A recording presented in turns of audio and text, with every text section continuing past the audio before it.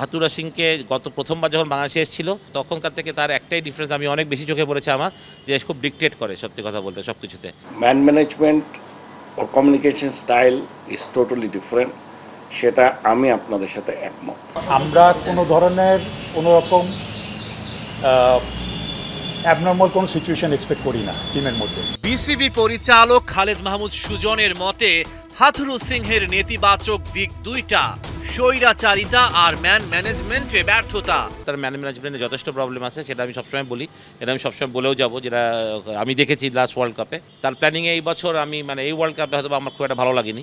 ও একটু ডিফারেন্ট ওর communication style. ওর সবচেয়ে বড় সমস্যা যেটা সেটা হচ্ছে আবার আমাদের দেশের সাথে খাপ খাওয়ানোটা কঠিন, এটা আমি অস্বীকার করছি না, ঠিক আছে? আমি আর ডিটেলস বলবো না এই ব্যাপারে। হাথুরু সিংহকে দ্বিতীয় মেয়াদে প্রধান কোচ হিসেবে ফেরাতে সবচেয়ে বেশি ভূমিকা রেখেছেন মাশরাফি বিন মুর্তজা ও তামিম ইকবাল। বিধিবাম হাথুরুর অধীনেই তামিম ওডিআই দলের অধিনায়কত্ব এবং বিশ্বকাপ দল থেকেই বাদ পড়েছিল। তামিম আন্তর্জাতিক ক্রিকেটে ফিরবেন কিনা বাংলার ক্রিকেটে একটা বড় প্রশ্ন। অনেকের মতে লঙ্কান কোচ নিজেই যোগাযোগ করলে অভিমান ভুলে যেতে পারেন তামিম, কিন্তু হাথুরু আদতে তামিমকে দলে চান তো?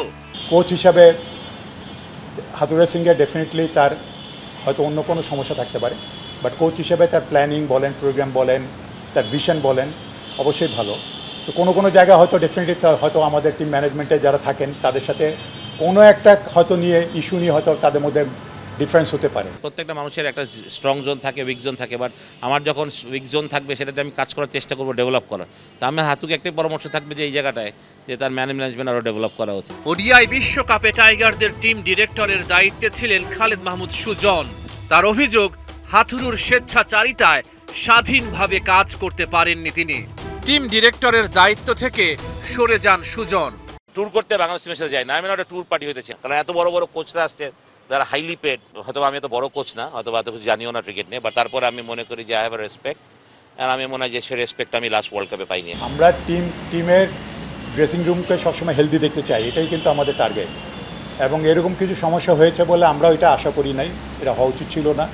কারণ এই দুজনের মধ্যে কিন্তু আগেও রিলেশনশিপ খুব ভালো ছিল, পরের দিকে আমরা শুনেছি কি হয়েছে, আর বোঝা যাচ্ছে হয়তো কোনো মিসআন্ডারস্ট্যান্ডিং থাকতে পারে। একটা জায়গায় যখন আমি কাজ করেছি তার থেকে যদি আমি সেই জায়গাটা না পাই কাজ করতে, মানে এতগুলো ট্যুর করার পর যদি আমার কাজটা পরিবর্তন হয়ে যায়, তাহলে আমাকে ওই ডেজিগনেশনে রাখাটার কোনো মানে হয় না।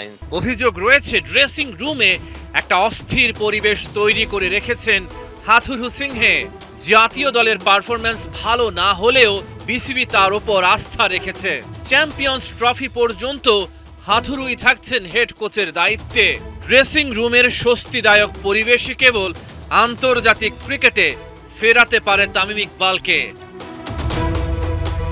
রহমান পেয়ার, ৭১।